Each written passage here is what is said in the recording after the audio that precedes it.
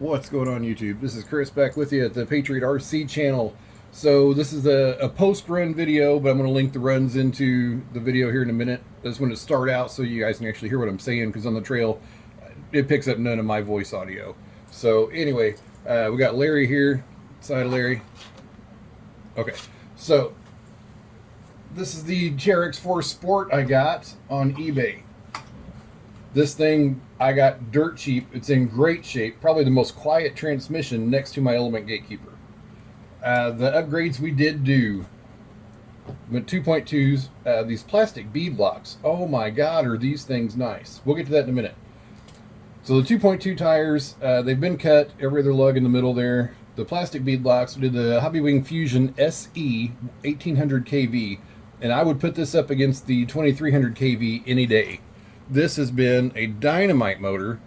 Absolutely love it. Dead silent crawling. I mean, dead silent until you hear the transmission moving. And that's only at certain RPMs.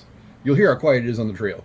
Anyway, so we went through, did the wire housing, the wire looms for all the wiring to hide all that, because it was getting, I didn't want it looking ugly. I mean, and that does look quite tasteful, for at least what I see in the display here. So, these bead locks. One did come loose, and nothing came off though. So we're going to tighten this up, as you can see there. And once I get this off of here, we will take a little deeper delve into it. 1, 2, 3 full rotations, and it came off. So anyway, so we got the center cap. Center cap comes out, and then you get the 5 screws here in the back. So I know plastic bead locks, when I started here, hang on, I'll sit this down and I will grab one real quick. Let's see here, let's get a good example. So here is an Everest 10 bead lock. This is an Endura tire on it. It's not the Everest 10 stock tire, but this, I mean, paper thin compared to this brand. I'm going to put a link in the video. I don't remember the name of them, but oh my God, that is the most sturdy, thick plastic I've ever dealt with on the RC industry so far to date. And if you can see inside of here, where's a pointer here? So this is completely rounded out. It will not host a hex anymore. The inside of here is all shot out. So these are trashed. So the tires are still, they're all right. I wouldn't crawl with them. I mean, they're not going to rock crawl. They'll, and they're jizzing everywhere because they're wet. They'd be all right for a trail.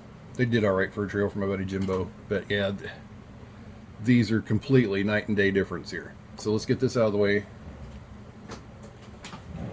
So yeah, these are, I mean, absolutely super thick plastic inside here. The locks in here where they grab like your conventional 3-piece, they're great. The inside ring, I mean, the thickness on it, it's got to be 1/8 of an inch thick, and it is a very dense hard plastic. So this is not going to break very easily at all. It stood up to the trail use today, and well, I doubt there was going to be anything wrong with it today on the first use. But no, they did absolutely great. My only dislike so far is that, well, it's not even a dislike, because had this come out the rest of the way, the center cap would have held it in there and it wouldn't have got lost. So that's a plus. On the back of these, I did go with the 15 mil extenders here, and on all my trucks now I'm going with where the, you know, you get rid of the pin and the pin goes through the spacer there.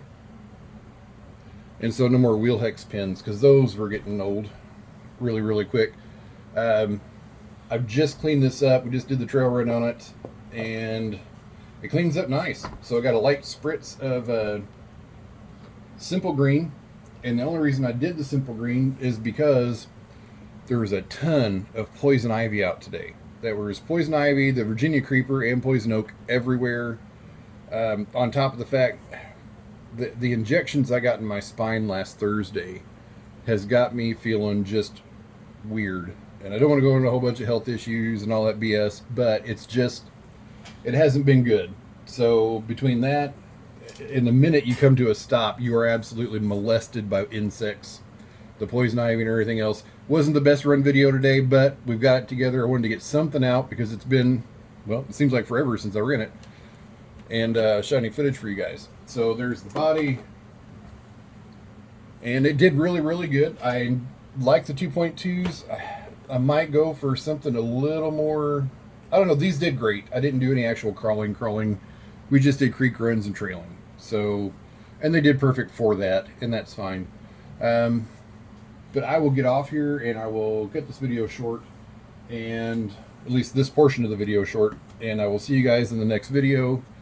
But yeah, again, I'll try and get a link in the description for these bead locks. These absolutely, I mean, instead of spending $30 on some metal ones that you're going to add weight to yourself, these are just as heavy. The plastic is so thick and heavy, they're just as heavy as a set of aluminums. So, $19.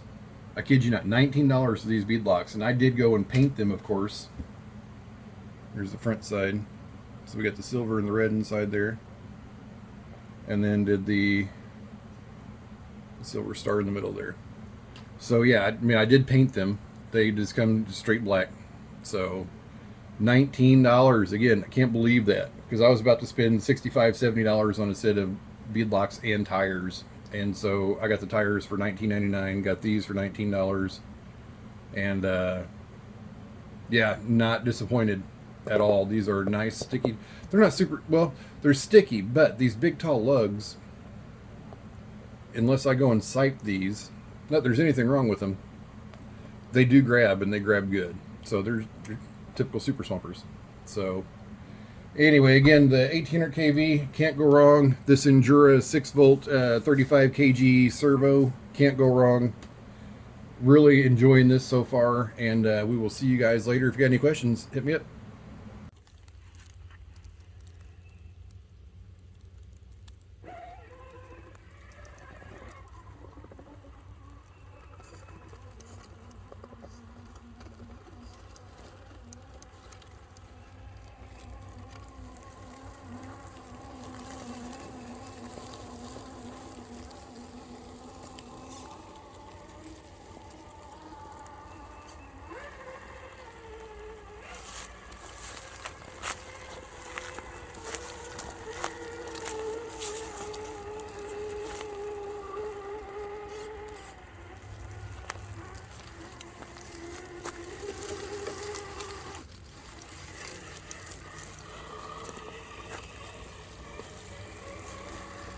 Poison ivy, so we're just going to stop there, be right back.